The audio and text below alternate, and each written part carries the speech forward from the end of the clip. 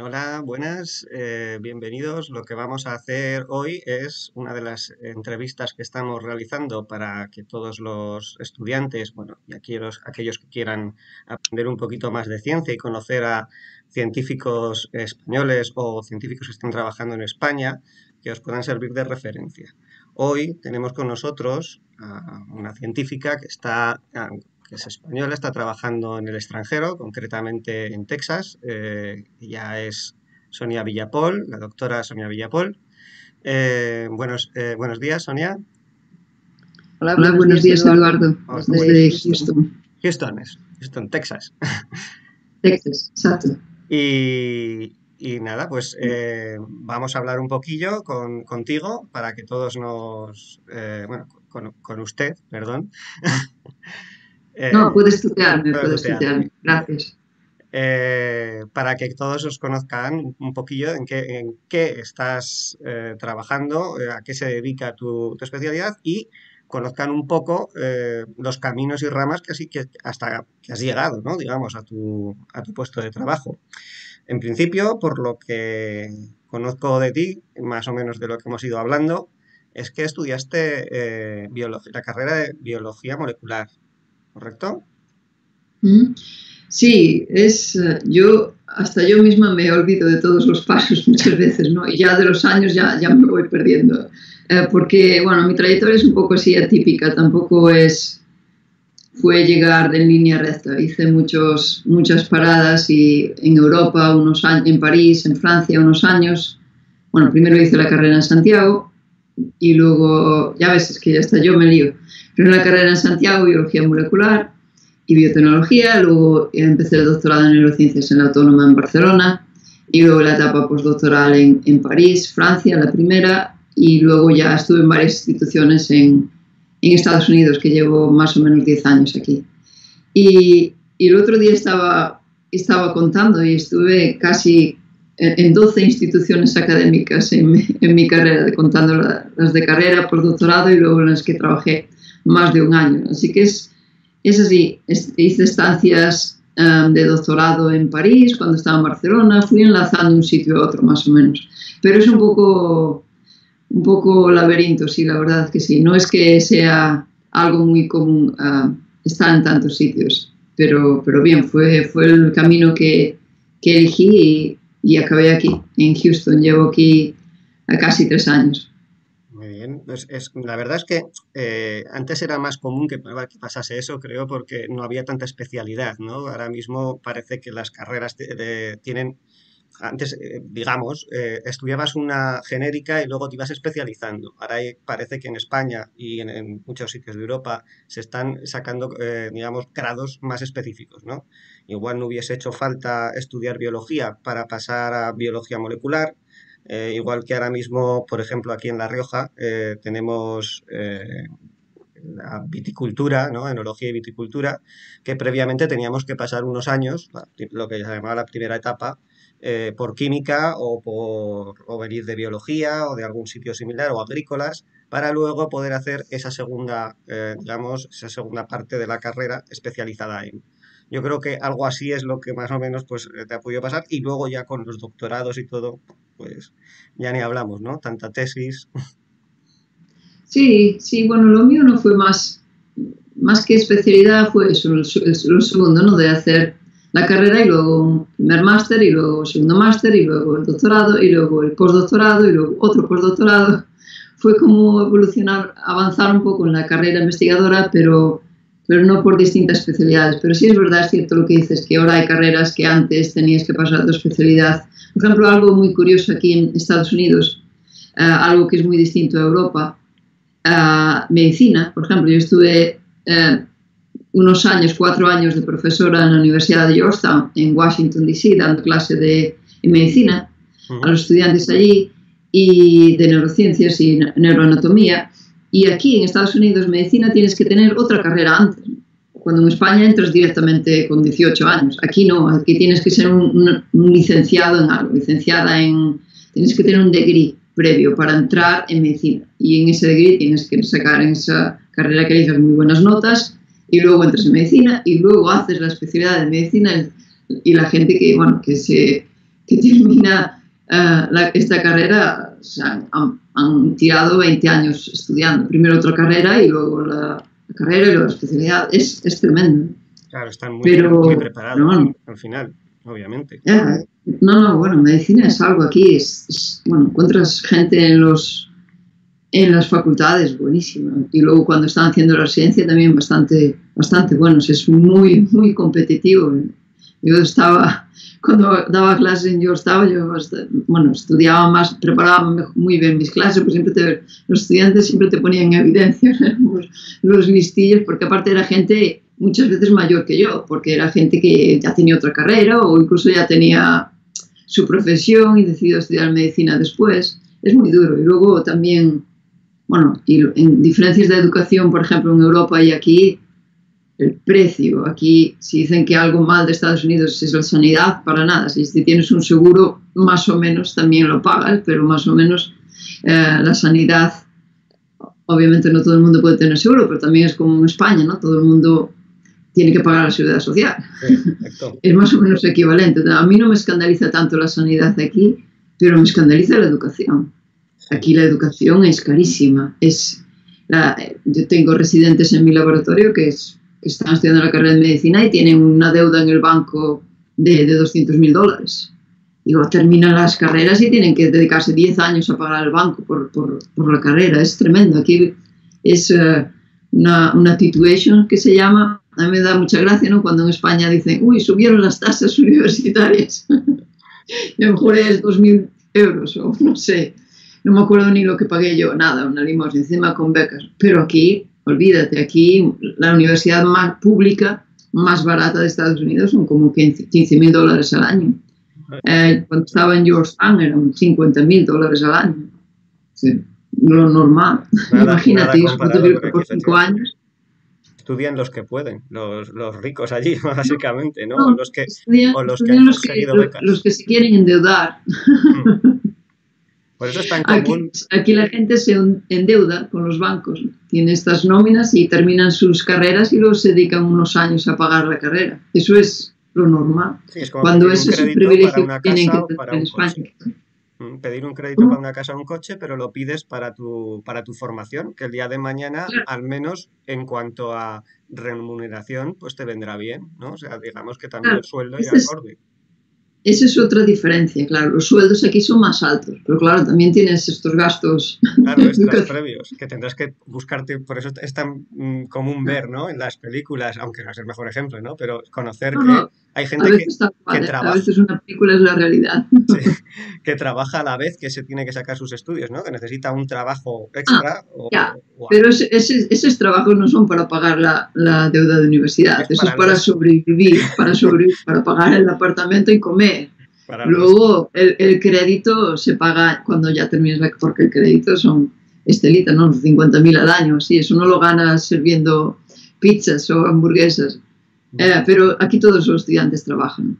Y lo que es un ejemplo, ¿no? Para tus estudiantes que lo vean y que lo sepan apreciar, porque yo cuando estaba allí, obviamente, a mí me parecía muy caro que subieran 3 euros o 3.000 pesetas o 5.000 pesetas las tasas universitarias. Sí. Cuando aquí eso es ridículo, eso es nada, ¿no?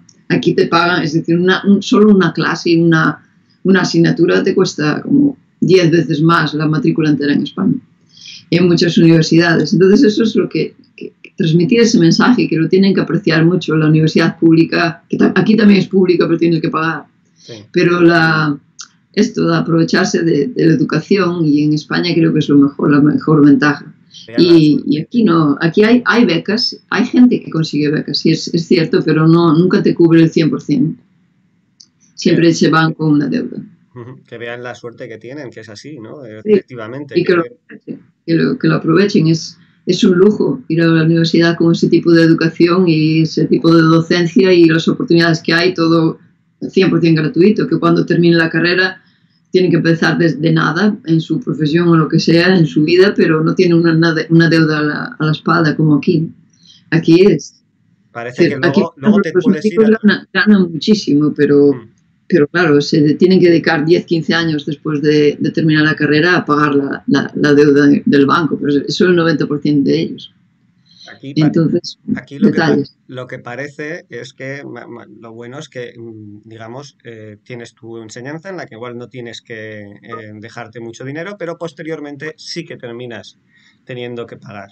Eh, si tienes que atender algo, Sonia, No, no, no, no, nada. no. Cerré el correo que Vale, me salió un tranquila. mensajito. Entonces, lo que sí es bastante curioso es que muchos de los que estudiamos aquí en España terminamos emigrando fuera, vamos a decirlo así, ¿no? De los científicos, la mayoría, porque aquí la ciencia no es que esté, digamos, en la primera línea de la ideología política, ¿no?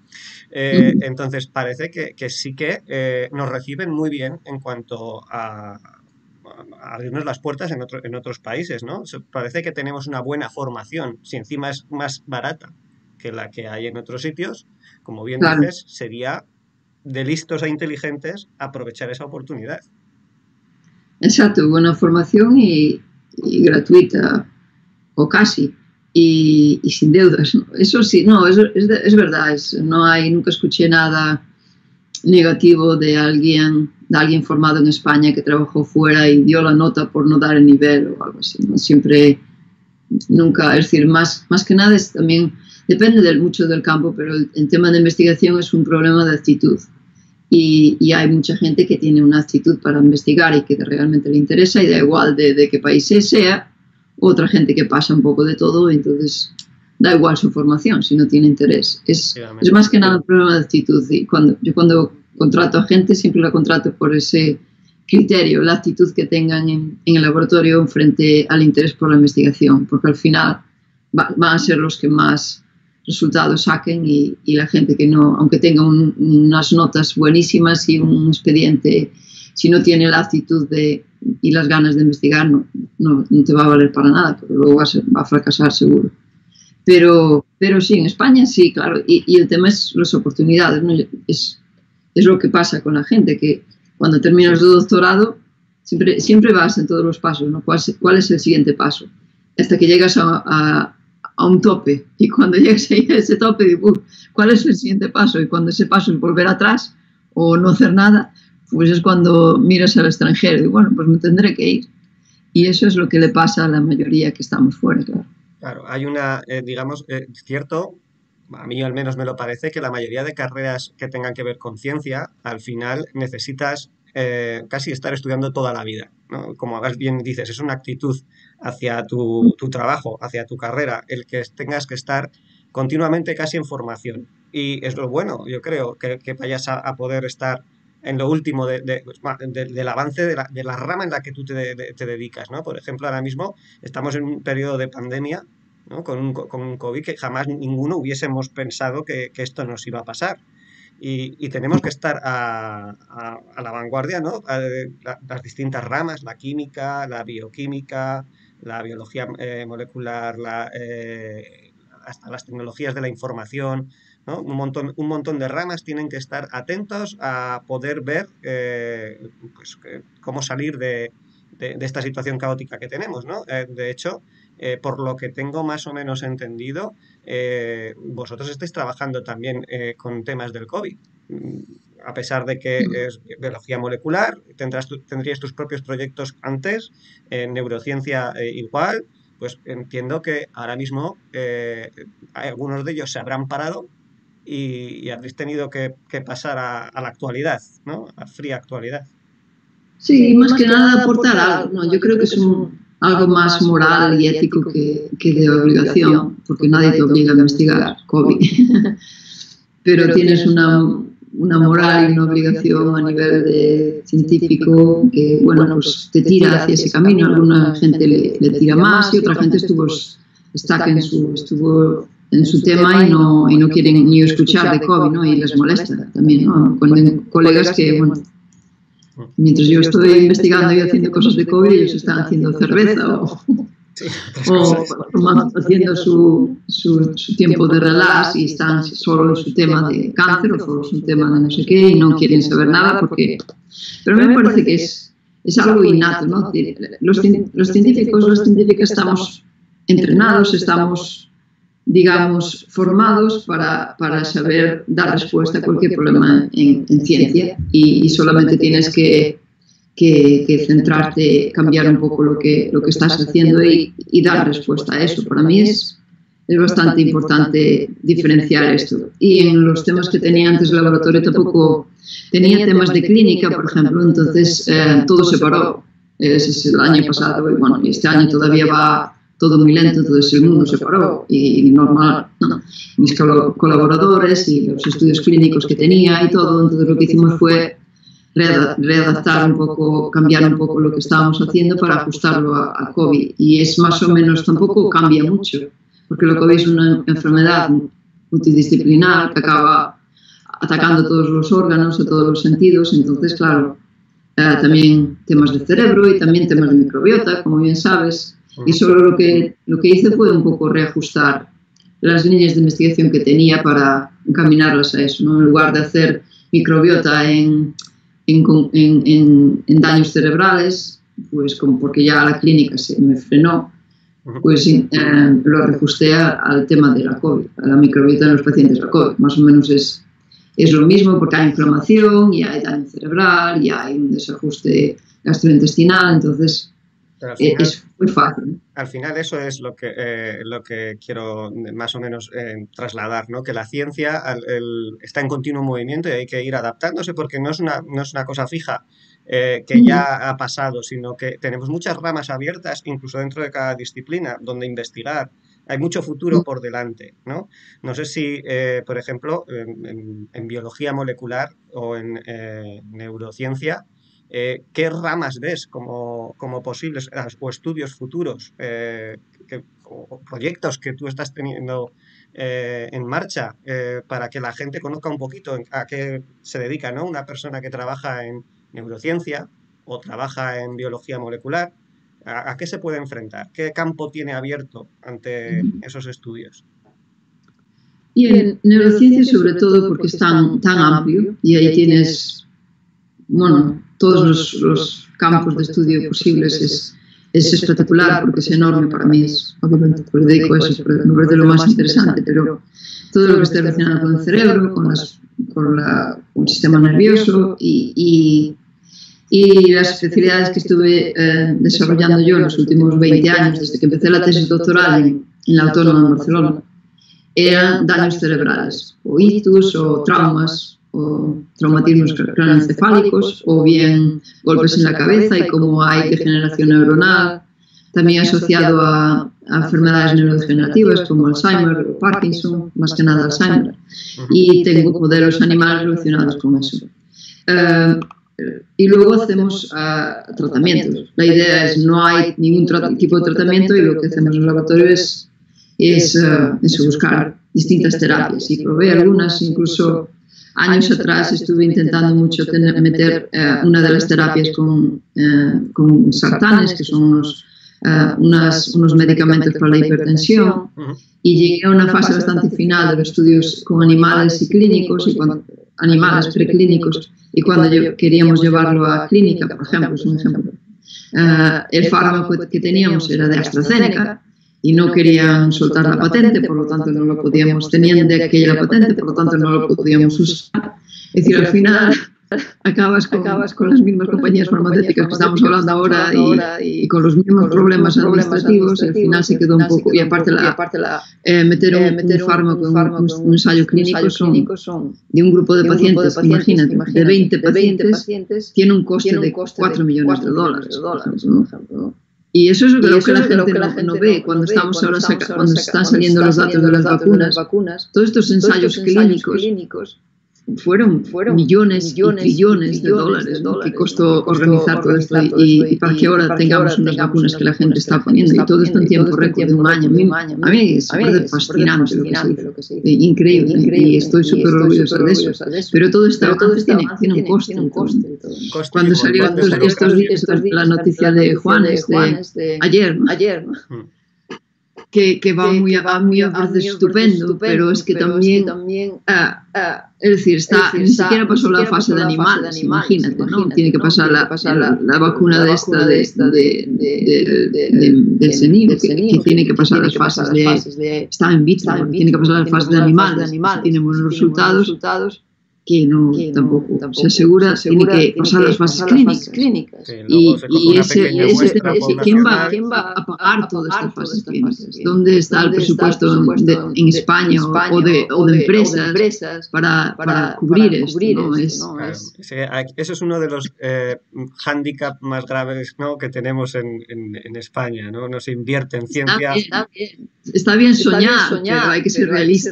Y hay que realmente, si se quiere tener una vacuna española, no sirve cuando tienes todo in vitro en el laboratorio decir, bueno, va a haber una vacuna. Vale, pero no sirve con decirlo, ¿verdad? Hay que ponerse a ello, y nuestra política tendría que cambiar en ese sentido, y dar un giro, ¿no? Nos hemos visto tanto en el turismo, en otras cosas, ¿no? Que hemos dejado llenar los laboratorios de investigadores que jóvenes, ¿no? No puede llevarlo jubilados o gente o becarios o gente sin cobrar o gente que tiene contratos de 2 meses. Eso todo es un poco patético, de verdad. Y eso la gente tiene que verlo. Está muy bien tener un chute de patriotismo y vamos a tener una vacuna, pero es que a mí no me gustó eso, porque es un poco engañar a la gente y dar falsas expectativas cuando eso no va a pasar. Es decir, a mí me gustaría ver por parte del gobierno paralizar todo y decir, pues venga, a este problema de la COVID vamos a dar estos billones o millones a estos grupos de investigación y vamos a fomentar el uso de la investigación de tratamientos. O por la vacuna, pues vamos, es decir, no hubo un empuje económico ahí potente que no sé. A mí me parece. Es decir, no se vio nada, no cambió nada. Incluso los proyectos siguen igual parados. Ni el gobierno invierte, ni siquiera tenemos grandes empresas que quieran invertir casi dinero. Y eso es el problema, exacto. Y eso es algo tabú en España que nunca lo entenderé, ¿no? A mí mi laboratorio se financia con dinero público porque lo tengo que solicitar y pedirlo y que son concursos públicos muy difíciles de conseguir. Pero tengo algo de financiación de ese tipo, de los centros de institutos nacionales de salud, del ENEI. Pero tengo financiación de fundaciones privadas, que es un grupo de gente que dona dinero y luego se crean como becas de investigación y nos reparten. Las pedimos con proyectos y se adjudican o no, pero tengo dinero de fundaciones privadas. Y eso en España veo que no hay. Incluso cuando alguien quiere donar dinero a la ciencia está mal visto. Se critica. Es como si quisieras evadir impuestos de alguna manera, ¿no? O algo así. Hacer un fondo por ahí. Los ricos son ricos. Si quieren comprarse un yate o meterse dinero en investigación, pues cuando lo metan en investigación, aplaudir. No cuando se compra un yate. Es decir, hay algo muy cultural también. Hay un problema ahí cultural grave. Pero bueno, aún así tenemos buenos científicos también en España. Lo que pasa es que es bastante clásico oír, y bueno, por desgracia es real, que la mayoría terminan yéndose fuera. Y tenemos muy buena gente formada, como bien has dicho. Hay que aprovechar muy bien esta oportunidad que tenemos de que la enseñanza en España sí que tiene un nivel en cuanto académicamente, ¿no?, alto, vamos a decir medio alto, y que económicamente es un lujo en ese sentido. Y que luego ya, pues que cada uno tenga la idea, obviamente, de que si se tiene que ir a estudiar fuera, que casi todo el mundo que termina haciendo una carrera científica tiene que pasar un periodo fuera, sobre todo si hacen un doctorado, ¿no?, de preparación, que se haga la idea de que es una parte de su vida casi fija, ¿no?, por la que va a tener que pasar. Sí. Y no sé cómo está ahora, porque hace muchos años que no lo miro, pero creo que para conseguir una plaza de profesor titular en la universidad es como mandatorio, ¿no?, que hayas tenido una estadía de 2 o 3 años fuera para conseguir una plaza en España. Pero bueno, ya ni habrá plaza. Aquí ahora mismo las plazas, depende, hay muchos tipos de plazas y está bajo el reglamento de la ANECA, ¿no? Entonces al final hay que tener bastantes titulaciones, bastantes publicaciones, todo va sumando un X, van haciendo un sumatorio de puntos, y a partir de ahí te pueden ya definir como profesor adjunto, como profesor auxiliar, etcétera, ¿no? Pero sí que he visto yo algún profesor licenciado terminando de sacarse el doctorado que ha podido cubrir en algún momento determinadas bajas de profesor, ¿no? O sea, así que tenemos aquí esas... Fue mi caso, por ejemplo, yo antes de terminar la tesis en Barcelona, en la Autónoma me quedaban unos meses de escribir la tesis, ¿no? Y no tenía mi contrato en París todavía. Y me dieron unos meses, 6 meses, 8 meses creo que fueron de profesora adjunta de la Autónoma. Sí. Y estos contratillos temporales y todo esto está bien, no creo que sea muy... Y yo todavía no tenía la tesis, todavía no era doctora. Pero bueno, al final ahí lo llevas en la espalda, ¿no? Y que también te habrá traído tu beneficio, entiendo yo. Sí, más que nada era para cubrir mis meses que me quedaban como otra beca. Me hicieron un favor, aparte del salario de oficio. Era como una beca predoctoral. Pero está bien, es decir, hay que cambiar muchas cosas obviamente no en academia, en las instituciones en España se tendría que reformar 100%, mucho, ¿no? Yo veo muchos fallos ahí. Y hay mucha endogamia, y hay mucha gente que no rinde, y hay muchos profesores, full professor, bueno, catedráticos, que no hacen nada, no hacen investigación, y hacen lo mínimo porque les pagan por eso, ¿no? Nadie en España te paga por investigar, te pagan por docencia. Correcto. Exacto. Y entonces, claro, tienes que tener muchos ánimos para investigar. Total, cobras igual. Es decir, hay muchas cosas que están muy mal. Y hay fallos que, bueno, o sea, hay gente que vive un poco del cuento de la plaza, y otra gente que realmente quiere investigar y no puede, que no hay oportunidades. Entonces, subvenciones, no hay oportunidades. Una reforma bastante gorda. Claro. Hay que empezar por reformar bien la educación, que es una de las partes que creo yo que también hay que hacer, y a partir de ahí, sobre todo, destinar pues una gran partida también a la investigación y la ciencia, porque es que si no, yo siempre he dicho, si no estás compitiendo contra el resto de países, te vas a quedar al final en la cola, ¿no? Y creo que lo que nos está pasando ahora mismo con la vacuna que has comentado, ¿no? Al final, pero mira, ahora nombraste una palabra que me la sacas de la lengua, que es ¿qué quiere ser mejor, ¿no? Cabeza de ratón o cola de león, ¿no? Esa es la típica frase. En España hay muchas cabezas de ratón, y también eres feliz así, y está bien. En la cola de ratón, la cola de león, pues bueno, es un poco más importante que la cabeza de ratón, pero no te ven, y estás ahí en la cola. Y depende mucho cada cual cómo se sienta más feliz, ¿no? Y por qué no. Es decir, no sé, yo he tenido muchas discusiones filosóficas con gente en relación a eso.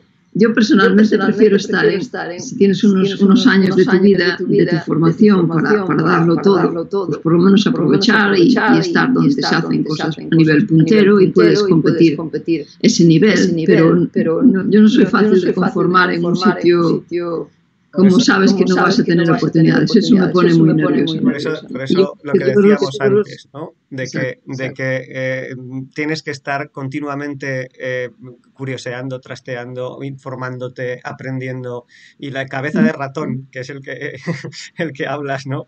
Eso ya es tanto trabajo, ¿tú crees que incluso el miedo a exponerse a otros, ¿no? También, yo creo que tenemos una cultura nos gusta, la cultura española es un poquito, desde mi punto de vista, presencial, pero no implicada ¿no? No sé si la apariencia, ¿no? Que se dice. Sí, y te digo yo, no sé, yo llevo tantos años ya fuera que a veces me olvido de cosas, pero escucho gente en España y así, no sé, de mi profesión, ¿no? Y que dicen, ojo, es el fin de semana. Fines de semana no trabajamos, no abro correos. Esto parece que es lo normal, parte de una calidad de vida. Y yo no lo voy a criticar nada, pero pero aquí es un concepto, es algo cultural, ¿no? Aquí te mira muy mal si dices eso, ¿no? Es decir, aquí hay mucho sacrificio por el trabajo y se trabaja muchísimo. Es decir, yo no le puedo decir a mis estudiantes que no estoy disponible 24 horas, 7 días a la semana, porque si no, no rindo. Y esta es la motivación que hay que dar. Y es decir, yo no recuerdo un fin de semana que no trabajé en los últimos no sé cuántos años. Que son cosas, pero estos americanos están locos, trabajan con... Pero es algo cultural, ¿sabes? Es algo que bueno, aquí la gente trabaja mucho. No quiere decir que no tengas tu tiempo libre. Obviamente. Lo que pasa es que cada uno pues se maneja su tiempo como lo quiere tener. Pero yo no soy la excepción, ¿sabes? Normalmente aquí todo el mundo hace cosas, trabaja mucho. Ese es un concepto también. Aquí la gente trabaja mucho. Y hay que decirlo. Y está siempre, es decir, no hay esto de tan social como hay en España. Esto es lo peor de aquí. Aquí hay más a nivel de trabajar y menos de pensar en uno mismo. Es más a nivel de trabajo y familia, más que a nivel de familia, trabajo y social. ¿No? Tendríamos que ponernos de acuerdo y ceder un poquito de cada cosa, ¿no? Cada país. Claro, yo ya tengo esta enfermedad crónica del trabajo. Soy feliz así. Al final, digámoslo seriamente, si te gusta la ciencia, una de las cosas que te tiene que gustar es dedicarle tiempo y perder tiempo, entre comillas, lo de perder tiempo, ¿no? En ello, porque es que cada vez que descubres algo, cada vez que trasteas con algo, es un chute para el que le gusta científicamente, un chute de adrenalina increíble, ¿no? De autoestimas también, ¿no? Vamos a decirlo así. Hay partes malas, obviamente. Yo mando muchos proyectos al año. Por ejemplo, otro ejemplo, ¿no? Cuando hablo con colegas en España me dicen, ¡guau! Es que el año pasado envié 3 proyectos y me los rechazaron. Digo, bueno, yo mandé 25, casi 30, me tocó uno.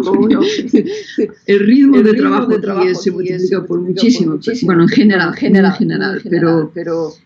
pero sí, eso es algo que tienen que entender tus estudiantes. Si realmente quieres dedicarte a investigar o la ciencia, tienes que pensar que vienes aquí al laboratorio a pasarlo bien, en general, porque muchas veces haces muchos trabajos que a mí no me gusta revisar cosas o hacer temas administrativos, pero sabes que lo tienes que hacer, pues es la jefa del laboratorio que lo va a hacer, claro. Pero eso no me apasiona.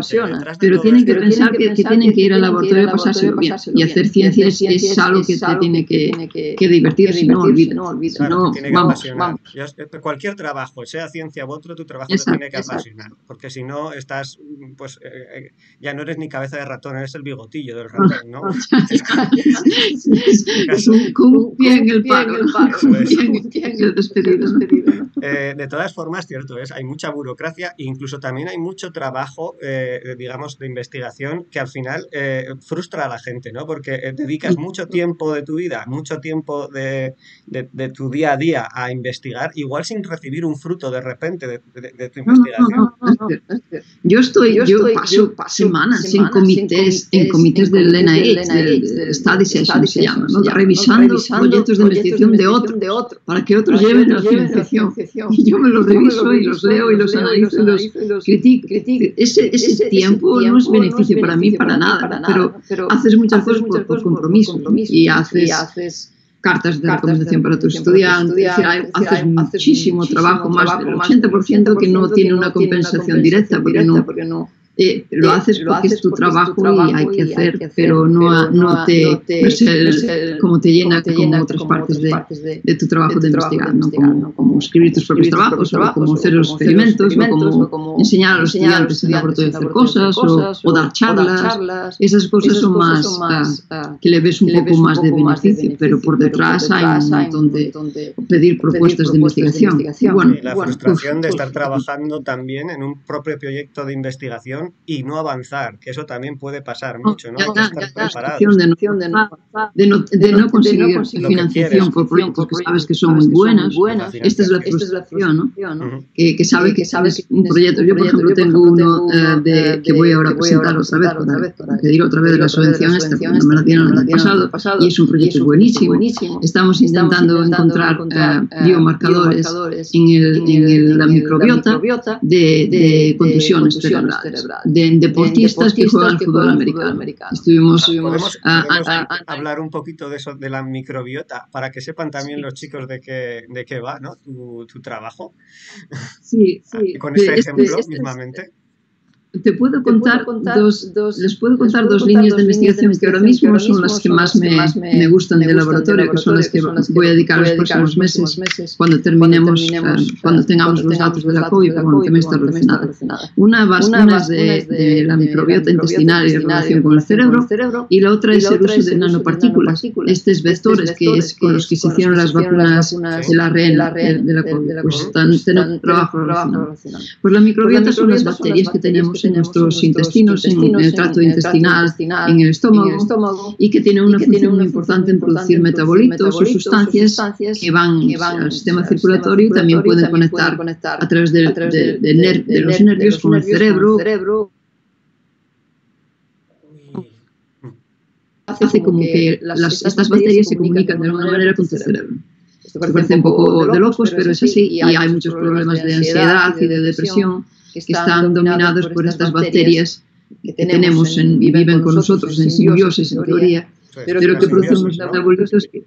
Sí, en teoría, porque algunas cuando se alteran no están muy contentas, pero... Ahí ya empiezan a volverse parasitillas, ¿no? Vamos a decirlo así. Ahí ya empiezan a ser dañinas, sí, ya empiezan a producir tóxicos para acabar con nosotros. Entonces eso todo hay que regularlo bien y lo que, por ejemplo, la investigación clínica que tengo de los jugadores de fútbol americano, aquí de la Universidad de Rice University, es una de las más prestigiosas que tienen un equipo de fútbol muy bueno. Aquí es una ventaja muy grande, si eres bueno en un deporte, la universidad es gratis. Entonces, aquí el deporte en este país se fomenta muchísimo. Para no tener que pagar la universidad, uno de los motivos, pero también es muy común hacer deporte. También es bueno ese punto, voy a aprovechar para hacer ese paréntesis, en el cual te juntan el deporte con la oportunidad de estudiar. Aquí parece en Europa más bien lo contrario, bueno, sobre todo en España más bien lo contrario, me quiero dedicar a ser futbolista, por ejemplo, ¿no? Y parece que ya los estudios te dan igual, ¿no? Ni hay, o sea, de ahí es donde voy a sacar yo el dinero y donde voy a vivir. Allí, aquí es otra mentalidad. Aquí, es decir, para estar en el equipo de fútbol americano, porque saben que si juegan profesionales van a ganar millones, Sí. pero para estar en el equipo tienen que sacar muy buenas notas, y tienen tutores personales los jugadores. Es decir, hay jugadores de fútbol americano, todos tienen títulos universitarios, es decir, todos. Y muchos de ellos, algunos que tenemos nosotros de aquí de Rice, que están haciendo la tesis doctoral. Ojo con ellos, ¿no? Están, y son muy buenos, tienen que sacar muy buenas notas. Y como el fútbol americano, todos los deportes. Porque es una vía que hay para tener la universidad gratis. Mucha gente tiene más interés en sacarse la carrera sin tener que estas deudas que en el deporte que practican. Y luego van a las Olimpiadas y son jugadores profesionales. Pero su motivación inicial era tener una carrera y no pagar por ella. Entonces esto es otra cosa cultural distinta. Entonces, en cuanto a lo de la microbiota, me parece muy curioso. Sí, entonces lo que hicimos fue estos jugadores de fútbol americano, mira, fíjate, que nosotros también somos listillos para traerlos a la investigación. Ellos juegan a fútbol, ¿no? Y van a partidos y a nivel profesional tienen un calendario de que se levantan a las 5 de la mañana, entrenan, comen todos juntos. Es decir, comen juntos significa la microbiota es igual, porque comen la misma comida, tienen una dieta, nosotros tenemos toda esa información. Y luego, mismo, claro, sí, obviamente, mismos carbohidratos, mismos... Es decir, tienen un horario muy fijo y tienen entrenadores, personales, tienen millones se gastan en ese equipo para que jueguen bien y levanten el prestigio de la universidad. Entonces estuvieron involucrados en mi proyecto del estudio de la microbiota, ¿no? Durante una sesión de una fútbol season, que es durante una temporada de fútbol. Y aquí es muy junto, no es como el fútbol español. Aquí el fútbol americano son 2 o 3 meses y muchos partidos juntos. Y eso es muy malo para el cerebro. Porque cuantos más golpes en la cabeza tienes y no descansas, más acumulación de información tienes, ¿no?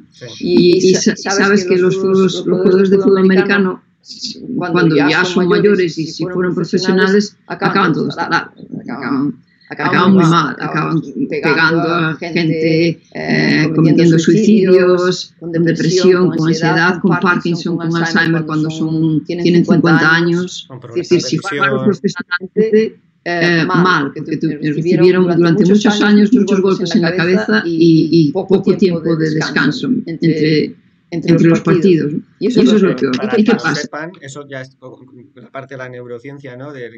También, ¿no? En el cerebro, dependiendo de la zona del cerebro donde tenga lugar el golpe, te afecta de una manera u otra. Por ejemplo, a nivel cognitivo, si mal no recuerdo, aquí atrás, si percibes un golpe, puedes tener problemas de visión, ¿no? Porque por aquí, esta zona, están los visuales.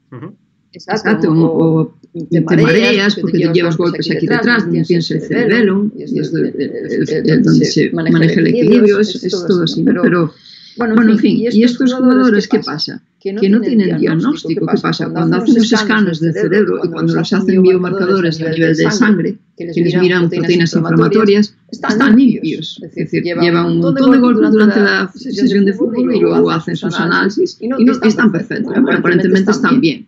Y no todos, pero casi, un porcentaje alto tiene problemas ya de ansiedad y cosas así.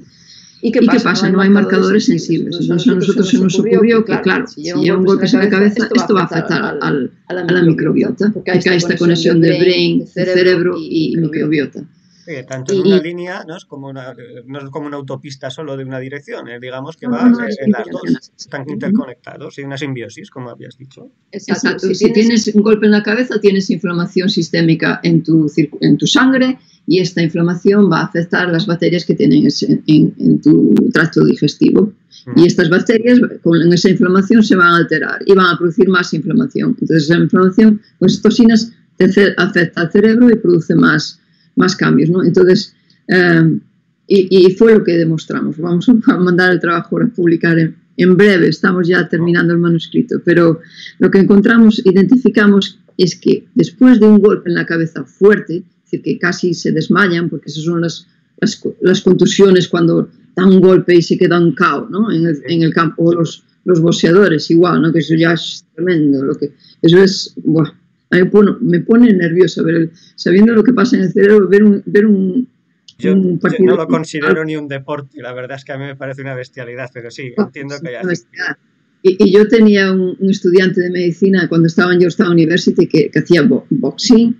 Yo, bueno, todos los días que iba a entrenar, yo digo, pero por favor no vayas, ¿no? Es que yo sufría, eso es criminal para el cerebro, ¿no? Sí.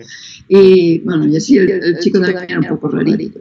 Pero bien, y entonces lo que vimos es que identificamos, después de un golpe en la cabeza en estos jugadores de fútbol, hay unas bacterias que desaparecen y otras que aumentan mucho.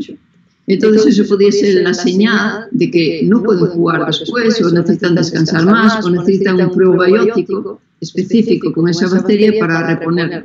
Hay unas bacterias que mueren y desaparecen, ¿no? Más o menos, a modo de Exactamente, entonces la idea, el siguiente paso es ya estamos en contacto con la nutricionista, entonces sería recomendar un antibiótico, un probiótico, una bacteria específica que ellos han perdido y que hay que reemplazarla. Y la perdieron por la inflamación causada por el golpe en la cabeza.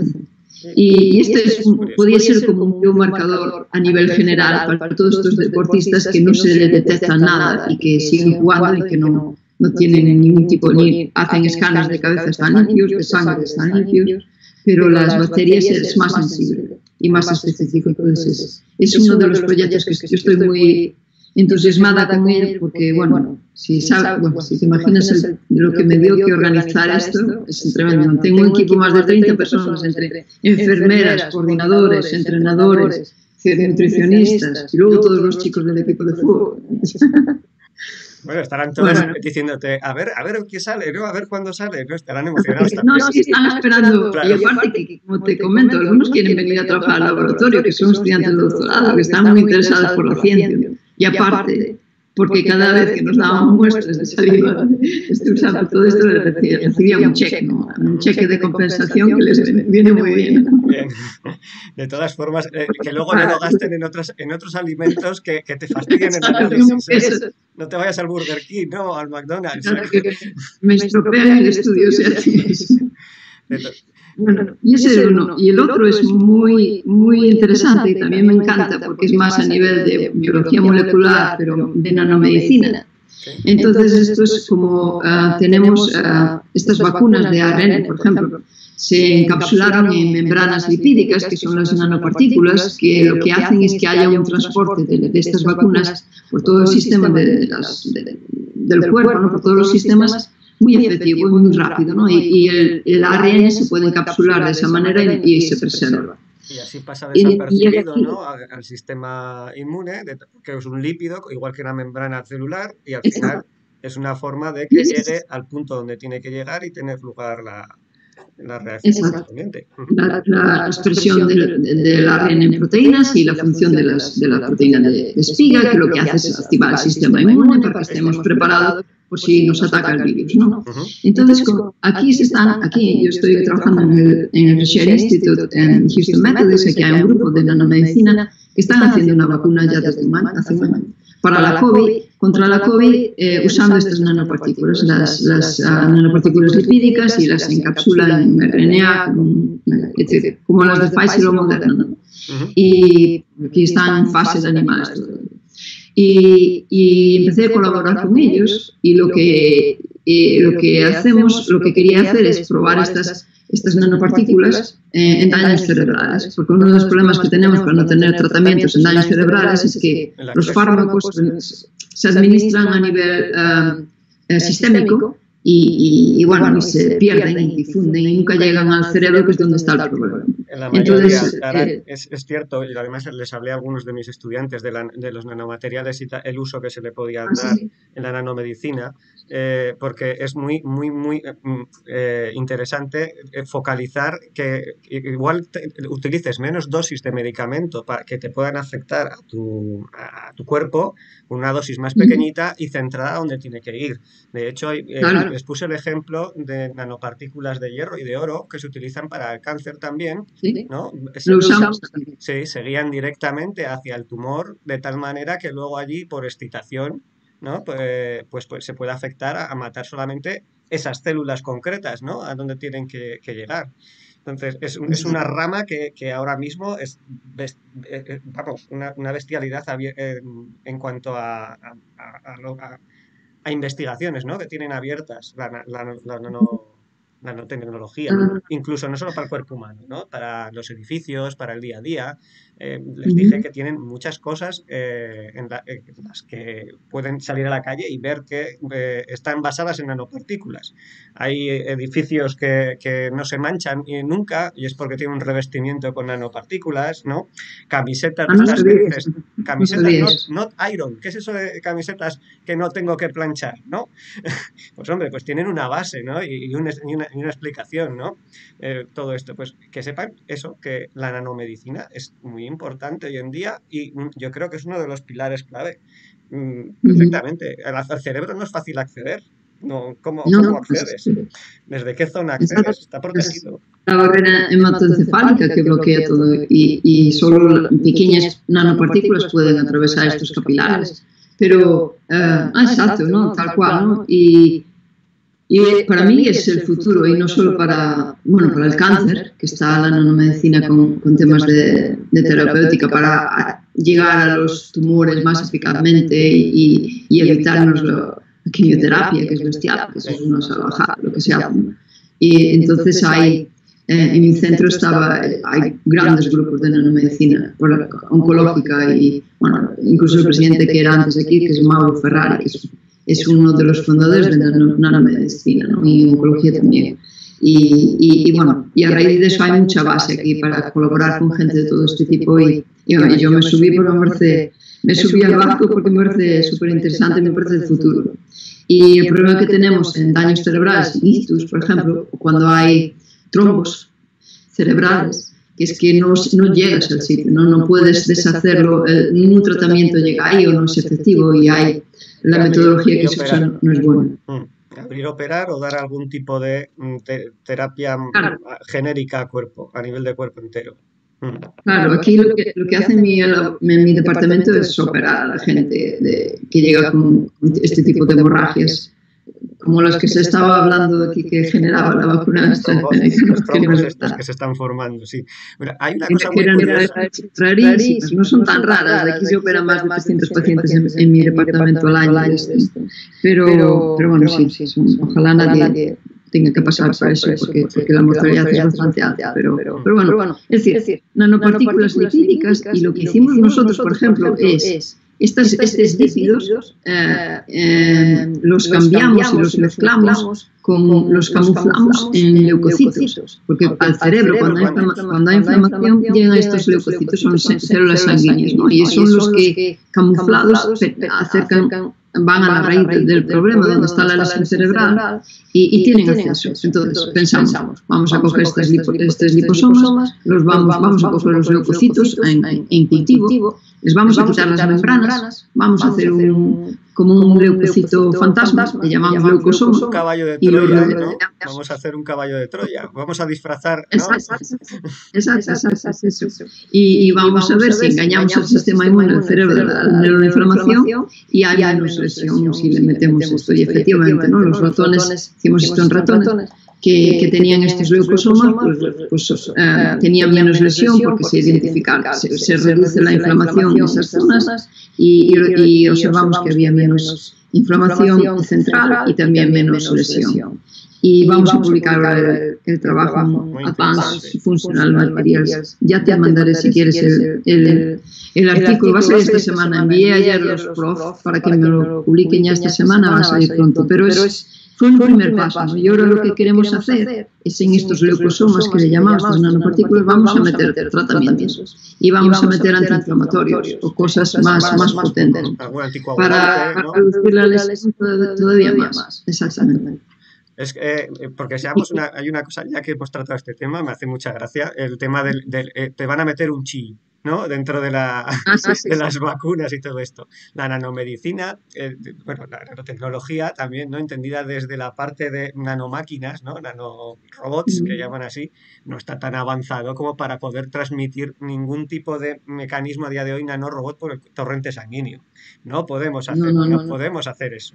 Hemos conseguido como muchos rotores, ¿no? De moleculares que giren o en círculos, pero no los podemos controlar. No hay nada ahí todavía 100% Mira, yo trabajo mucho con bioingenieros,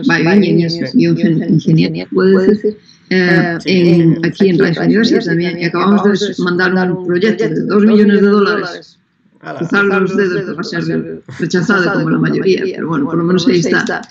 Y lo que propusimos es en ratones. Entonces, ellos diseñan, estos ingenieros diseñan lo que tengas en tu imaginación. Es increíble, ¿no? Ahora toda la nanotecnología es tan pequeño y todo tan nano que le pueden meter biosensores en todas las partes de tu piel, biosensores en tu estómago. Es una cosa tremenda. Pero hay que hacer los experimentos con los animales antes. Entonces, lo que hicimos fue diseñar un biosensor para el cerebro, para los daños cerebrales también, y cómo medir los primeros eventos que ocurren después de un trauma cerebral. Entonces, con esto mides cuántos metabolitos produces. Sería como un chip, un microchip implantado en el cerebro y te dice exactamente qué tipo de lesión tienes y te administra los tratamientos en función de lo que tu cerebro necesite para curarse. Pero esto es casi ciencia ficción, pero no es tanta ciencia ficción. Nosotros pedimos $2 millones para hacerlo. Si nos lo dan, ya lo contaremos. De todas formas, pero es apasionante. Son microchips, como bien hablamos, no una especie de nanorobot que va a poder ir por el torrente sanguíneo y hacer lo que yo quiera. Tenemos ese nivel. con el Todavía no hemos 2050. alcanzado eso, ¿no? Exactamente. Es No, no. para que la gente entienda un poco también, no eso los alumnos que parece que algunos les... tienen preguntas muy curiosas. A mí me encanta cuando surgen estos debates en la clase, ¿no? Que se involucran. Y creo que es una cosa que de verdad debería de ampliarse más, dar más ciencia, dar un poquito más de... no centrarse en un currículo, ¿no? Solamente Sí, académico, sino también esas preguntas, aunque les parezcan tontas, son creativas, ¿no? sí, Y todo lo que hacemos nosotros más a nivel de escribir proyectos de 300 páginas, como este que acabamos de enviar, ¿no? Todo eso surge a raíz de estas preguntas tontas, pero no son tan tontas, son inquietudes y cosas que se te ocurre. ¿Qué pasa si haces? Y esto es mucho de sentido común, ¿no? Y eso los estudiantes de esas edades tienen muchísimo, porque preguntan por sentido común porque no se saben toda la teoría. Entonces esas preguntas son... Al fin y al cabo es como se inició la ciencia, ¿no? Al final era filosofía y buscar que en la observación diaria que había, nuestro clásico método científico que se les explica, ¿no? Oye, ¿y por qué esto es así? Hombre, fallaba por aquel entonces que no se ponían a hacer ningún experimento ni prueba porque no había ni material ni conocimiento suficiente.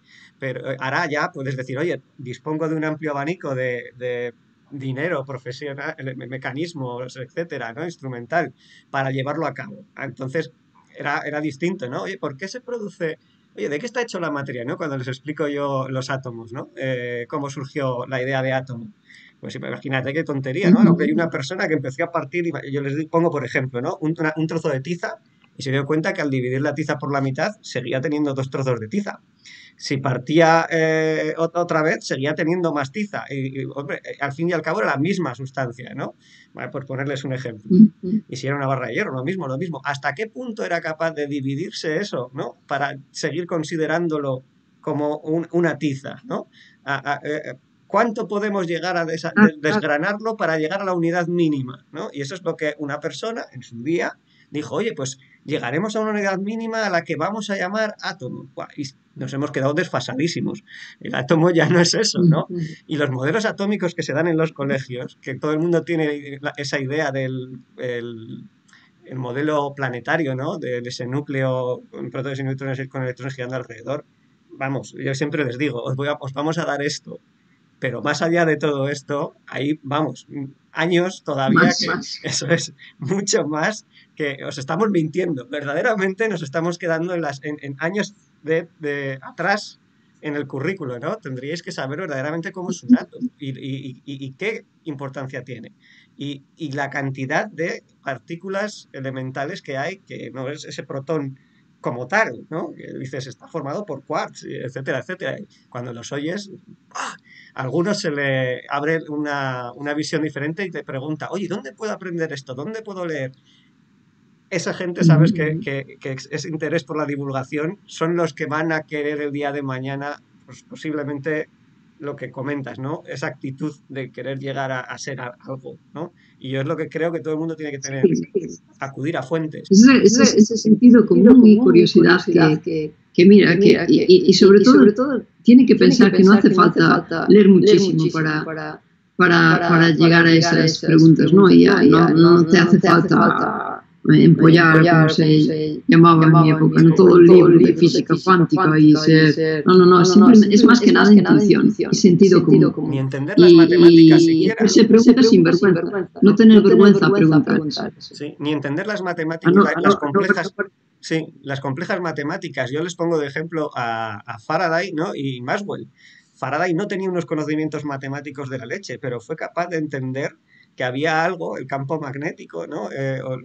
Los campos, ¿no? De intuir los campos sin saber por qué, simplemente con las líneas que él podía ver. Ya otros, si eso tienen más nivel, ya se dedicarán a llevar a la práctica eso, ¿no? Porque tienen otro tipo de herramientas para poder llevarlo a cabo, ¿no? Sí que a mí me parece apasionante y que todos los chicos pueden hacer ciencia a su nivel, hasta donde lleguen, como quieran, pero que lo intenten. Sí, tiene que pensar, ¿no? Es decir, pensar a lo que se quieren dedicar, obviamente. Si les gusta más hablar, o escribir, o quieren cosas más de periodismo, pues, obviamente tienen que buscar su pasión, pero que no se limiten, que no piensen que hacer investigación o ser científicos tienes que, vamos, ahí saberte el libro de física y química de arriba abajo y saber más que tu profesor, porque no es eso, es querer ser. Y cuando quieres ser, pues ya encontrarás, ya irás sacando el camino. Si quieres ser eso, pues es lo que quiero decía, ser. es un camino de formación todo el rato, ¿no? En el cual te vas a ir formando y vas a ir aprendiendo. Si es que además es eso, es tan cambiante la ciencia que lo que un día crees que es así, al día siguiente de repente echas marcha atrás, ¿no? En tu camino, y no hay nadie que tenga la verdad absoluta. De hecho, yo se lo digo muchas veces a mis alumnos, me podéis decir algo que igual hasta me he equivocado y hay que admitirlo, ¿no? O sea, es que es así, te puedes equivocar todo el mundo. El mejor doctor puede meter la pata y una vez, ¿no? O dos, o tres, las que hagan falta.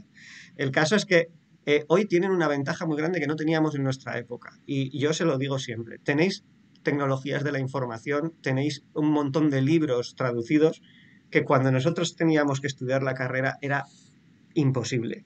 Nosotros sí que éramos, o tenías un gran profesor, o tenías que acudir a unos libros de texto farragosos, con un nivel no muy... Hola. Enciclopedia, que no te perdías ahí, que no era como hacer una búsqueda en Google y ya está. O los primeros buscadores que había de Alta Vista, esto que no había nada de información. Y la cantidad de divulgadores científicos que hay, que no solamente hay que ver al clásico youtuber de gamer, ¿no? O de alguna otra cosa, que está bien también, que tengan su gente, ¿no? A la que seguir y todo, pero si les gusta la ciencia y les apasiona, pues que vean que hay mucho divulgador científico por ahí, mucho programa, ojalá hubiese más en España y en algunos otros países, ¿no? Para emocionar, ¿no? A estos chicos, que creo que les falta. Yo suelo recomendarles libros de lectura, ¿no? De vez en cuando, oye, mira, tienes un libro de lectura de tal por ahí, si ellos me dicen, no, me ha interesado esto de la mecánica cuántica, digo, bueno, es que para tu nivel ahora mismo no te puedo meter esto, pero, ¿sabes? Vamos a hablar de la mecánica cuántica, vos. Pero mira, oye, mírate este experimento de la doble rendija y a ver si eres capaz de entender, mira este vídeo, o mira, tienes este otro que te habla desde el átomo, y así empiezas a meterte un poquito en otras cosillas, ¿no? Pues yo que sé, hay un chico que se llama, igual lo conocéis, ¿no? Javier Santolaya, que es de aquí,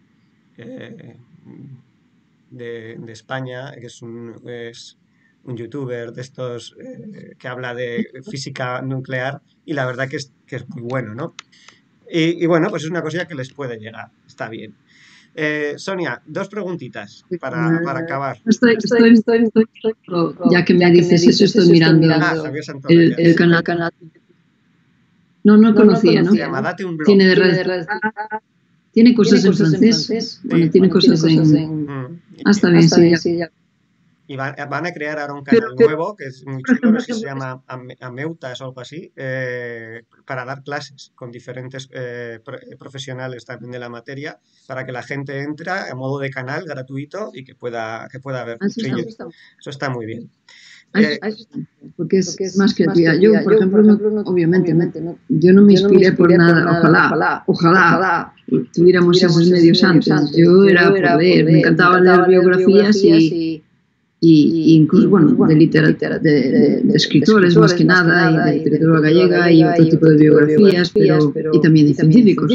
Y fue cuando leyendo de la trayectoria de científicos, pues ya con 12 años ya tenía muy claro, bueno, pues es lo que hicieron, pues es lo que, como también los científicos hace 100 años y hace siempre se largaban fuera, es lo que quedaba. Yo sabía que, bueno, mi video iba a ser fuera también en el extranjero. Y como comentabas, mi favorito sin duda fue Severo Ochoa, por su trayectoria y por lo que hizo, y por también estaba muy cerca de donde vivo yo, y de Luarca, y esa zona de ese occidente asturi, galaico, lo conozco muy bien. Mi parte de la familia de mi padre es de asturiana, y toda esa zona conozco bien. Y me acuerdo de decirle a mi padre con 14, 15 años, quiero ir al Luarca, quiero ver la casa de Ochoa, quiero ver la casa de su mujer.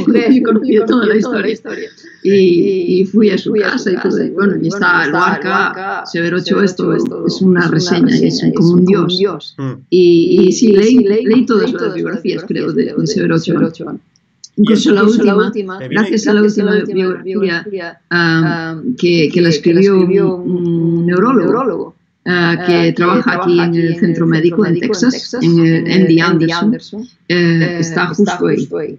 Si quieres te voy a dar un view. Bueno, te cuento esto y te doy un view y ya termino con este tema. Pues leí ese libro y luego miré quién fue leí esa biografía de Severo Ochoa, fue la última que salió en el 2014, y luego miré quién lo había escrito y es un neurólogo, Juan Fuello. Y mira, oh vaya, pero si este es mi vecino, es decir, vive en Houston, y al final contacté con él y la conozco ahora y somos muy amigos, y su mujer también Candela Gómez, y es otro de estos españoles emigrantes que lleva ya 25 años en Houston. Y te enseño ahora un segundo, porque ya que estamos aquí, no sé si puedes ver, ahí está el laboratorio de Juan Fuello. Trabaja en oncología y ese es el MD Anderson. ¿Ves que pone MD Anderson? No lo puedo ver porque como está el fondo que borra, ¿no? Digamos. Vale. Pero sí, me hago una idea porque los edificios se ven. Sí, todos estos edificios son centros de investigación, hospitales y universidades. Nadie vive aquí. Son todos sitios de investigación. Y es un campus, es un centro médico de un montón de instituciones. Y esto justo es el famoso MD Anderson Cancer Center, que es la Universidad de Texas. Y no es solo el único español que me encontré aquí, ¿no? Hay muchísimos españoles que llevan ya aquí de carrera muchísimos años en Houston. Y fue, mira, una de las anécdotas. Pero sí, para mí sin duda Severo Ochoa fue mi ídolo. Sí, claro, además. Cuando no había divulgadores ni youtubers ni nada. Claro, y te vino por, digamos, las ganas de leer algo de ciencia porque veías a tu familia leer, digamos, o de este tipo, o se dedican a la ciencia, o simplemente eres la primera de la generación dedicada al ámbito de la ciencia. Sí, no, nadie de mi familia se dedica a la ciencia ni a la biomedicina, nada de eso, ¿no? Mi madre es pedagoga y es profesora, y mi padre tenía una empresa y es artista, es escultor, ¿no? Y él hace esculturas, imagínate, el arte y la ciencia, que lejos, bueno, no tan lejos, pero no fue sí, en mi casa sí que siempre hubo muchos libros, y mi padre, me acuerdo que ahora ya que lo comentas, tenía libros, ¿no? Y cuando fue la mili, tenía unos libros de biología. Y mi primer libro de biología fue uno de estos libritos de mano, de bolsillo, que mi padre leyó en la mili. Y ahí aprendí a leer de la meiosis y de la citología y cosas así. Y creo que a raíz de ese libro y unos pocos más, que ya tenía muy claro que la ciencia de la vida es lo que más me gustaba, lo mejor de lo que se podía dedicar a alguien. Y luego igual, seguir. Bueno, quiero hacer biología en primero de BU y luego sí. Y mira desde un libro, ¿no? Desde un simple libro, ¿a dónde se ha llegado al final? Uy, creo que se ha cortado, Sonia. Vale, a ver si recuperamos un segundo a Sonia, que creo que se ha cortado la conexión. Estaba interesante. A ver, Sonia, creo que se había cortado, ahora sí. Ya, decía que, fíjate, de un solo libro, ¿no? De pequeña, que decidiste leer, te has formado toda tu vida. Se llamaba Tú y la vida, y era completamente era como un libro de biología de divulgación, pero biología de libro de test, vamos, que no había nada de ficción ahí. Y era un libro que mi padre tenía en el desván, de que lo había que los había leído en la mili. Creo que se leyó como 50 libros en la mili. La curiosidad Pero, y lo que hace leer, ¿verdad? Que te abre un mundo también diferente, porque a veces sí, he leído mucho. sí, parece que no, pero la lectura hace muchísimo el ámbito educativo, ¿no? A los chicos. Por eso yo les suelo recomendar esos libros también. Y te abre a posibilidades a lo que quieras dedicarte, a la propia escritura, a otras cosas, ¿no? A la historia, a mucho, ¿no? A mí me parece, mira, no eres la primera persona que me dice que se ha dedicado a ciencias a través de un libro de texto, ¿vale? Que decidió coger un día y decir... Creo que es la primera vez que lo dije, ¿sí? Que lo he dicho. Y es un libro de bolsillo, es decir, es un libro de divulgación, pero de que sé, fue editado en el 70, antes de nacer yo, el 72, creo. Un libro que estaba todavía, y traía dibujos, porque para mí esa edad, ¿no? A los 11 años, un libro sin dibujos no lo abro. Y traía dibujitos de las células de la meiosis y todo eso. Y estará en Galicia, en el desbanco todavía allí. Pero no lo tengo aquí, pero sí, es una net, pero sobre todo de biografías. Yo le recomiendo a la gente que se lea muchas biografías, si no saben qué hacer con su vida. Que se lean bastante sobre qué hicieron otra gente y cuando encuentren la inspiración ahí les va a ayudar mucho. Además que a medida que vas leyendo diferentes biografías, si encima tienen un poco de los conceptos matemáticos que había o algo de por entonces, te van situando a un nivel más bajo o de cómo se podía ver en aquel entonces esa situación, ¿no? Para entender más moderno algunas cosas, ¿no? Que vienen posteriormente. Es como eso, la electricidad, porque yo me acuerdo de cuando les doy la electricidad en bachillerato alguna vez o así, decirles que la guerra de las corrientes fue una parte de la historia muy emocionante, ¿no? Entre Tesla y Edison, ¿no? Por ejemplo, un momento de la historia muy, muy interesante y muy chulo, para que vean también la rivalidad de una mente solo, brillante y con sus ideas casi sin recursos, y al contrario, una persona con todos los recursos que tenía también, ¿no? Como fue Thomas Edison, que tenía todo un equipo de trabajo trabajando para él, ¿no? Un gran científico también, ¿no? Y un gran inventor. Y cómo rivalizaron en ese momento y consiguieron sacar un avance para todos. O sea, fue en beneficio para todos, aunque es un poco más oscuro en esa parte de la historia para Edison, ¿no? Pero no le vamos a crucificar al pobre Edison por eso, pero que queda un montón de cosas más. Pero es bueno saber eso, ¿no? Igual que Einstein. Einstein tiene un montón de biografías que son muy, muy, muy interesantes. Sí, ¿no? Eso es tremendo. Y también tienen cosas para lo bueno y para lo malo. Igual que Santiago Ramón y Cajal también tenía cosas muy negras en su personalidad. Experimentos que hoy en día ni se podían imaginar, o pruebas que hoy estarían totalmente prohibidas, ¿no? De realizar en determinadas cosas. A nivel personal también era una persona difícil. Y bueno, pero hay que sacarle la genialidad de todo, y aprender de todo. Nadie es perfecto. Efectivamente. Pero es mi recomendación. Para mí es bastante valioso. Me parece una gran... leer biografías. A gente le aburre, mucha gente le aburre eso, pero bueno, yo creo que es bastante útil. Sí, tanto la biografía como si no, un libro bueno de divulgación que cuente históricamente lo que ha pasado, cualquiera de esas cosas a mí me parecen esencial. Pero algo que te guste. Lo primero, para mí, te tiene que gustar a lo que te quieres dedicar. Para ello, primero tienes, obviamente, que leer y saber, conocer un poco, eso es. ¿Qué futuro hay en esas ramas? ¿No? Bueno, digamos, voy a plantearlo como se lo digo ya a los alumnos, ¿no? En este sentido. Lo primero que creo que tienen que hacer es investigar, si quieren ser científicos, qué tipo de disciplinas hay. Dentro de cada disciplina, desgranar a qué se puede dedicar y buscar a lo que a él le apasionaría en ese momento dedicarse.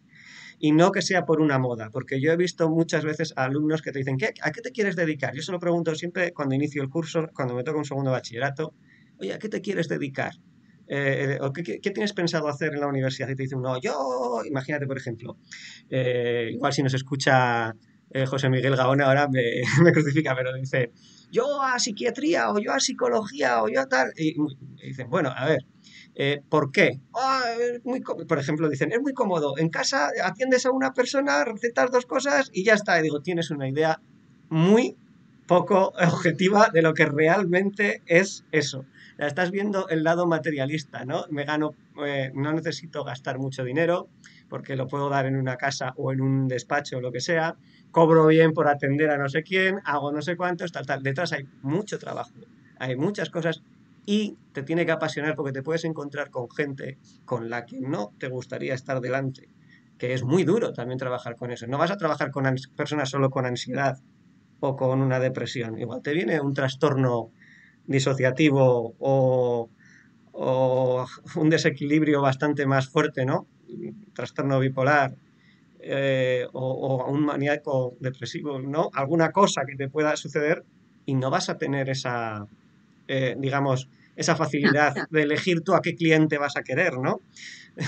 Para eso tienes que ser muy bueno, Hay porque que, hay que pensárselo, pero por ejemplo, también el tema es que, claro, bueno, es muy difícil, ¿no? Es muy difícil aceptar. Y creo que muchos de nosotros también en un punto de nuestras carreras dicen, pero ¿por qué me dediqué a esto? Con lo bien que se está con una plaza de funcionario, con tus horarios, con tu día libre después de las 5 de la tarde, yo no me imagino tener todo tu día para ti después de las 2 de la tarde. Para mí eso no es fuera de mi imaginación. Pero, pero imagínate, ¿no? Y a veces también en unos momentos lo necesitas. Pero ya está bien, ¿cómo puedes dar tanto de tu vida a una profesión? Y es complicado, hay sus bajones y no solo en ciencia, en todas las profesiones, ¿no? Que claro, incluso quien se por dedica en cuerpo aburrimiento y o por alma. aburrimiento. Sí, sí, quien se dedica en cuerpo y Pero alma bueno, a su profesión, porque le gusta, obviamente es lo que ocurre, ¿no? Vamos, es un balance, ¿no? Hay que ver el día de mañana, pues, lo que tú dices, ya, ¿no? Cabeza de ratón o de león, ¿no? no, bueno, o estás fuera y también de cabeza de ratón. También. Pero bueno, también a veces te acuerdas de tu madre mucho, ¿no? Y dices, pero ¿por qué no te sacas unas oposiciones? Tampoco es fácil, ¿eh? Esa la voz de una madre que a veces te Claro, van sí, las sí. cosas mal Pero y es frustración. tampoco es Tienes la voz fácil. de tu madre aquí. Sácate, ¿por qué no te sacarías unas oposiciones y estabas aquí en Galicia tan tranquilamente? Sí, que te echo de menos, ¿no? La morriña, ¿no?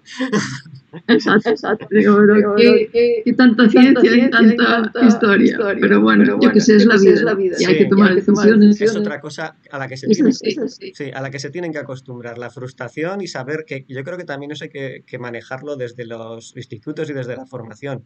Saber que la vida no es fácil y que te vas a encontrar con caminos en los que, Alto. eso es, manejar el éxito y el fracaso.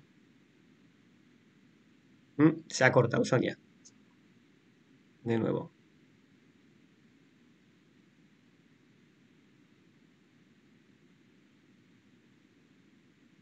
A ver.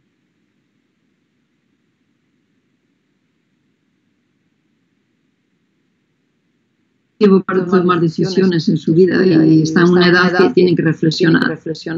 Sí, Y bueno, es lo que toca. Y por ellos, que no le digan a sus padres lo que tienen que ser, porque luego se van a arrepentir. eso es, efectivamente. Yo creo que es la mejor reflexión que tienen que hacer. Les tiene que gustar a ellos, a lo que se quieren dedicar, no contentar a nadie, porque es su día de mañana, es su Exacto. futuro, y es por lo que no tienen que arrepentirse. Esos momentos de frustración que dices es ¿por qué le hice caso a mi padre? No, al revés. Lo he elegido yo y voy a luchar por eso, ¿no? Exactamente. Claro, o el mismo también se revierte, ¿no? ¿Por qué no le hice caso a mi madre? Te puede pasar, pero es más difícil que te arrepientas así, ¿no? Porque al fin y Pero al bueno, cabo es tu camino y tu elección. Que siempre hay tiempo de dar marcha ya, atrás, ¿eh? Que luego exacto. te puedes poner a sacar ahora mismo una oposición, Cuando, ¿eh? cuando abren las oposiciones en Galicia, que creo que es el mes de junio, a ver si me da tiempo y llego al examen. Va, no creo que te tengas que No, preparar nunca mucho ya. es tarde para nada. Nunca es tarde para nada. Sí, nunca es tarde, ¿no? Tienen que ser flexibles también. De todas formas, lo que sí que es cierto es que yo aconsejo que ya que quieren dedicar a estudiar, sea la carrera que sean, tienen que entender que el mundo, tal y como está hoy en día, tienes que estar al día a día y tienes que estar preparado para que tu puesto de trabajo pueda modificarse y no ser lo que tú deseas, te puedas encontrar con lo que tan pronto deseas o más, ¿no? O un exceso de trabajo y tienes que aprender a manejar esos altibajos. Es una cosa que de verdad hay que enfrentarse. Claro, hay que valer también por eso, sí. Sí, eso se tiene que enseñar. Es que yo creo que estamos en una época en la que los chicos, la cultura actual es tan inmediata, de tener las cosas tan inmediatas, de no querer frustrarse, de no querer aceptar, que creo que flaco favor se está haciendo a muchos alumnos el día de mañana cuando salgan a trabajar, ¿no? Parece que hay una obsesión Sí, por la rapidez. creo que eso también, y veo también con gente joven que contrato en el laboratorio y digo, bueno, y yo, cuando yo estaba en su misma posición, que son ahora postdocs o cuando son estas jovencitas que acaban de terminar la carrera, también tengo ahora una ISO y pienso, wow, yo cuando estaba en ese nivel, pues tenías mucha resistencia. Eso es lo que tienen que aprender a tener ahora, no resistencia. Esto es una carrera, un maratón de fondo y tienes que pasar por muchas fases, pero no vas a llegar y venga.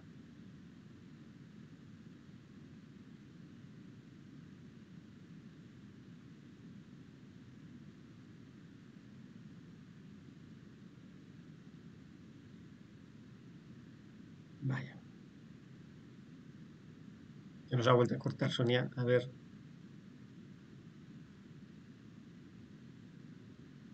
Atrás, digo, no haría ni la mitad, pero ¿qué va? Es que me daría pereza tremenda. Todos los sitios donde estuve y todo lo que aprendí, llegar a Francia, aprender francés, llegar a Barcelona, ir a clases de catalán y luego venga y no sé qué es, todo eso es, y al final para tener mi propio labo, que era mi meta, lo que tengo ahora, ¿no? Pero que no se crean que ya empiezan a terminar la carrera y al año ya quieren un laboratorio para ellos, ¿no? Es decir, esto, guau, tienen que resistir mucho y aguantar mucho y sobrevivir y paso a paso. Que lo pregunten a los agricultores, ¿no? Que se lo pregunten a los a los que se dedicaban al campo, ¿no? A recoger sus frutos, ¿no? Vamos a decirlo así.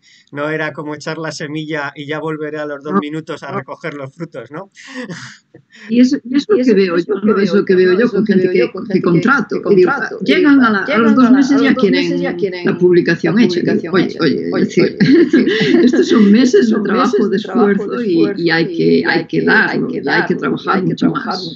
Pero es la vida fácil, ¿no? Muchas cosas están muy luz, se frustran muy rápido. Ahí está tu aguante y ya, hasta ahí llegaste. Madre mía, es una carrera de fondo. Eso es mucho de mentalidad, más que mentalidad y trabajo. Y bueno, imagino que son consejos para cualquier profesión, pero en esta mucho. Sí. La verdad es que, como hemos dicho, la ciencia tiene ese problema de que al ser tan cambiante y al dedicar, sobre todo si es de investigación, ¿no? Al dedicar tanto tiempo a determinados trabajos que ves que no avanzas, que tan pronto no tienes, como dices, subvención o que parece que todo va bien y de repente un reactivo que no obtienes o algo te manda al garete la mitad de la investigación o te la frena de golpe o te viene una pandemia como esta y tienes que ¿no? a cambiar el chip. Cambiar todo. Eso es. Pues que sepan que la rabieta no funciona. Y que obviamente idiomas porque tienen que saber mucho porque yo siempre se lo digo, ¿no? La divulgación científica es a nivel mundial y tienes que estar al día con todo, sobre todo el inglés, que es que hoy en día yo era muy malo en inglés en su día, ¿no? Pero al final... Yo, pero fue colando. Claro. Hoy que tienen también esa mejoría en idiomas, ¿no? Y esa posibilidad de ver todo series y cosas en inglés también, que ojalá la tuviésemos nosotros. Pues que pero yo, por ejemplo, en Francia, cuando llegué a Francia no tenía ni... Venía con el catalán que sabía y me confundió todavía mucho más porque en francés la fonética es completamente distinta. Tuve que ir a clases de fonética durante meses y cuando ya mi francés era aceptable, venga a Estados Unidos y ya mi inglés ya quedó en el instituto. Y luego aquí ya llevo muchos años y ya soy americana y bueno, es distinto, pero el inglés es muy importante. Así que eso es que tienen que... Tu acento gallego no se ha perdido, Sonia, ¿eh? Las raíces están ahí. Tu acento gallego no se ha perdido. También hablo todos los días en gallego con mi familia. Bueno, pues Se practica a diario. sí, eso está bien. Lo primero, muchísimas gracias, Sonia, por todo esto, ¿vale? Para que te conozcan un poco. Encantada. Me encanta hablar contigo. Ha estado súper interesante ver también a lo que os dedicáis allí. El tema de la microbiota. Muy amena, y los estudiantes pues saben cómo contactarme por Twitter o mi página, o tengo mi correo electrónico también. Si tienen cualquier tipo de pregunta más específica y más personal hacia mí, pues me pueden mandar un correo y les contestaré. Espero. Yo les pongo tu Twitter, que si te parece bien, que lo pondré ahí junto con la esto. Y nada, me parece que ha sido una charla súper agradable. Creo que para algunos de los alumnos que se quieran dedicar a la parte de la bioquímica les puede venir muy bien, por la parte de la medicina o la parte de neurociencia, ¿no? Les puede venir bien. Hemos tocado también la nanotecnología, que también es otra cosa que puede tirar por ahí, ¿no? Que tanto para un montón de temas, ¿no? Materiales, construcción, que no se crean que solamente es medicina, que es un mundo muy, muy abierto, ¿no? Ingeniería, efectivamente. Y que solamente, de verdad, les pedimos, casi todos los científicos, lo mismo. Estudiad, dedicaros a lo que queráis y resiliencia. Trabajar. Ser muy resiliente. Trabajar y es una carrera de fondo. Sí, hay muchos y si quieres ser bueno hay que competir. Esto siempre he dicho yo, una carrera, y como te pares un segundo, te adelantan 5 o 6 y alcanzarles, sobre todo en investigación, es muy difícil. Exacto. Ya no lo puedo decir mejor. Muchísimas gracias, Sonia, encantado, ¿eh? Y ya me pasará la grabación cuando la saquéis y nada. Estamos en contacto cuando quieras otra vez charlar todo el rato. Muy bien, un abrazo, muchísimas gracias y suerte con las publicaciones. Vamos hablando como dices. Hasta luego, Sonia. Muchas gracias. Hasta luego. Buen día.